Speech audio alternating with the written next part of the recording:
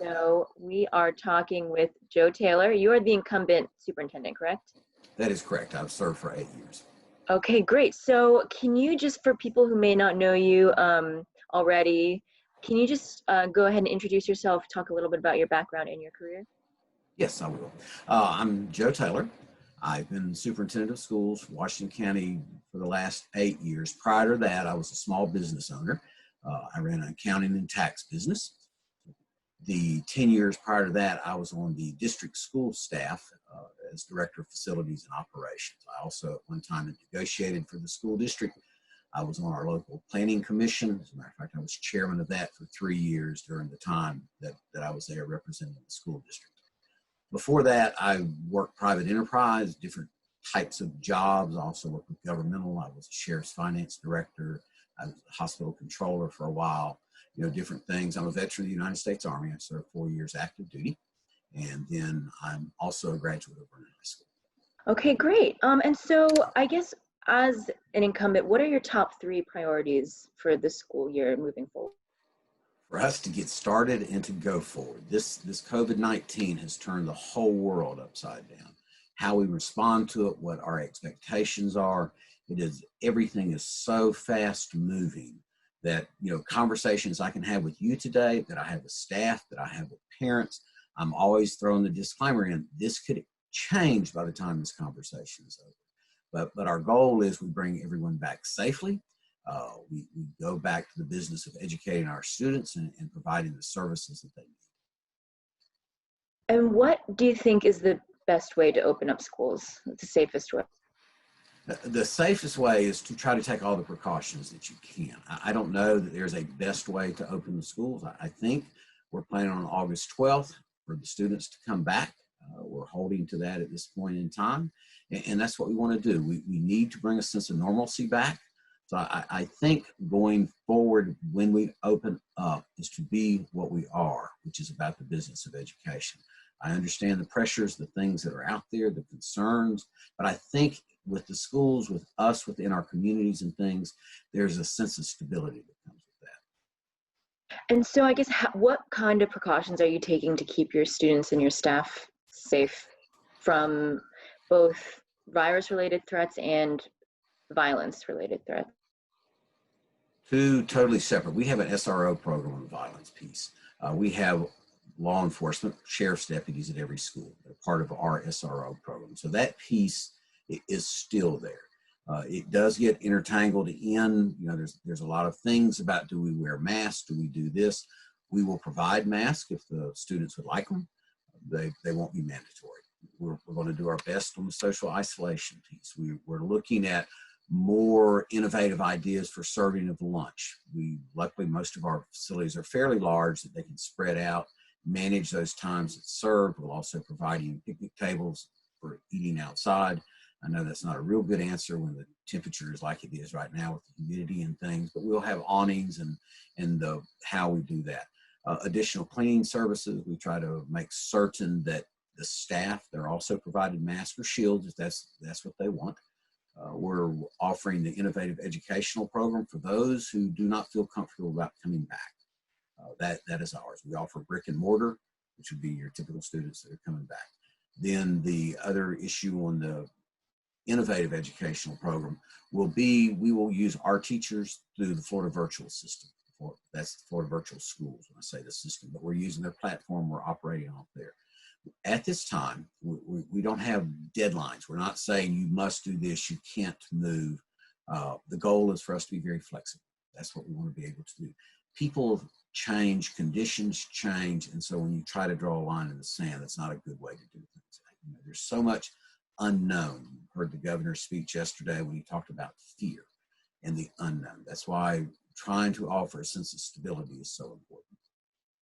And how will you cater to those who may not feel safe coming back, but also may not have great Wi-Fi service at their house? So it would be tough for them to do virtual. That is a very fluid question.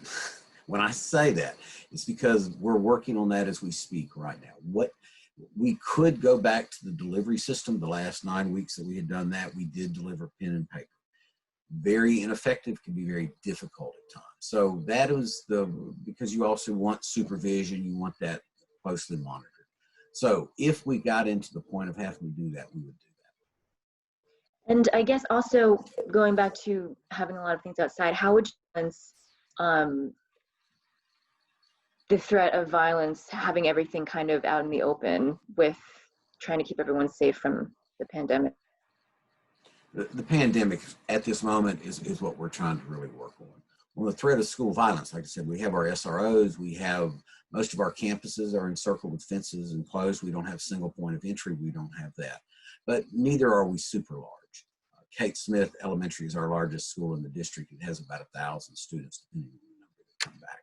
But that one is secured in such a way that it is the easiest one to provide security for. So when we look at the concerns with the SRO program, having our deputies on site will take care of those things. Okay, and what are your thoughts on career and technical training and incorporating that into the curriculum? I think we have the Florida Panhandle Technical College here that we can send our students to. We offer CTE courses within the high schools themselves. I think it's a very good way to get into open a door and interest and opportunity for those. We need to push the things that are there. If you can see after the storm, going all the way back to Michael, what happens to your labor, those things that go away.